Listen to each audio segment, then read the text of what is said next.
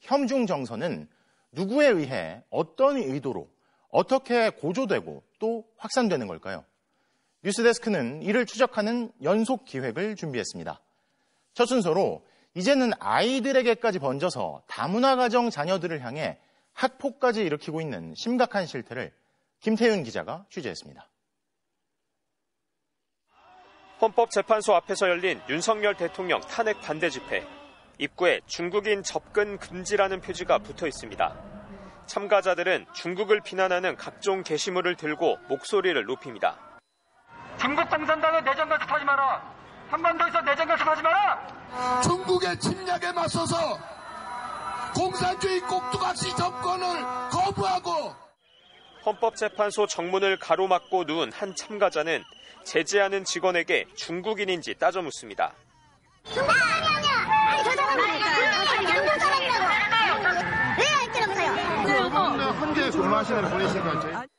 중국 대사관 앞에서는 반중 시위가 수시로 열리고 중국을 향한 노골적인 비난이 쏟아집니다.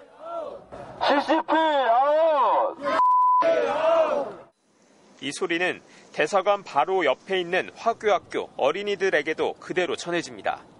선생님은 그냥 창문을 닫고 그래도 자꾸 소리가 너무 크게 자꾸 나요. 학부모들은 두렵고 불안한 마음에 매일같이 자녀들의 등 하굣길을 동행하고 있습니다. 가부장 적은 있어요. 아들이 헤매요.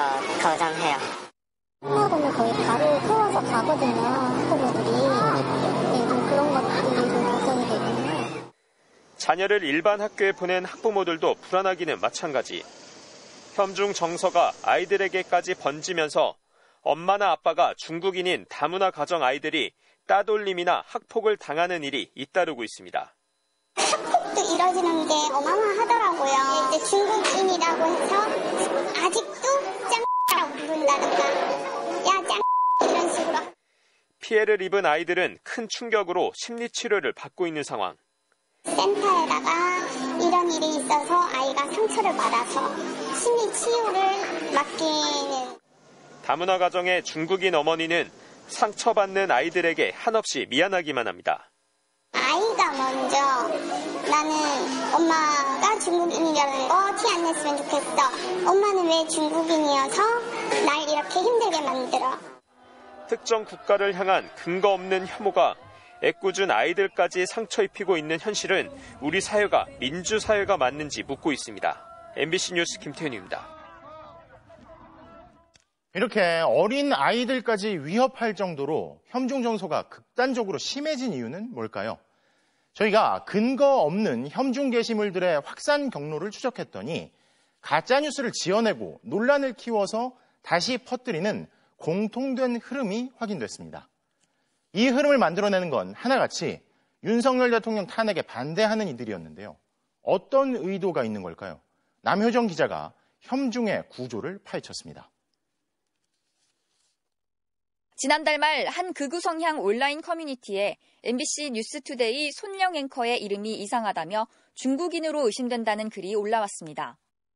곧이어 손 앵커가 순링이라는 중국 이름으로 쓴 논문에 한국과 중국을 중한으로 적었다는 글이 게시되면서 손 앵커가 중국인이라는 글이 급속도로 퍼졌습니다.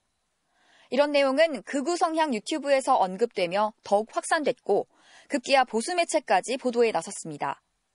처음 게시판에서 시작된 근거 없는 의혹이 며칠 만에 여러 극우 성향 커뮤니티와 유튜브, 보수 매체를 거치며 권위를 얻게 된 겁니다. 언론 비평지가 해당 논문의 지도 교수를 취재해 저자가 다른 사람이라는 사실을 밝혀내자 해당 보수 매체는 정정 보도를 게재했습니다. 하지만 손 앵커가 중국인이라는 가짜 게시물은 그대로 남은 채 유튜브에서는 같은 내용의 허위 영상물이 지금도 계속 퍼지고 있습니다.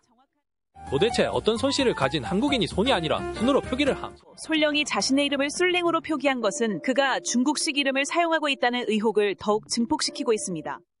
지난달 중순에는 헌법재판소 연구관 가운데 이름이 외자거나 중국 느낌이 나는 사람이 많다며 이들이 중국인으로 의심된다는 글이 극우 성향 온라인 게시판에 올라왔습니다.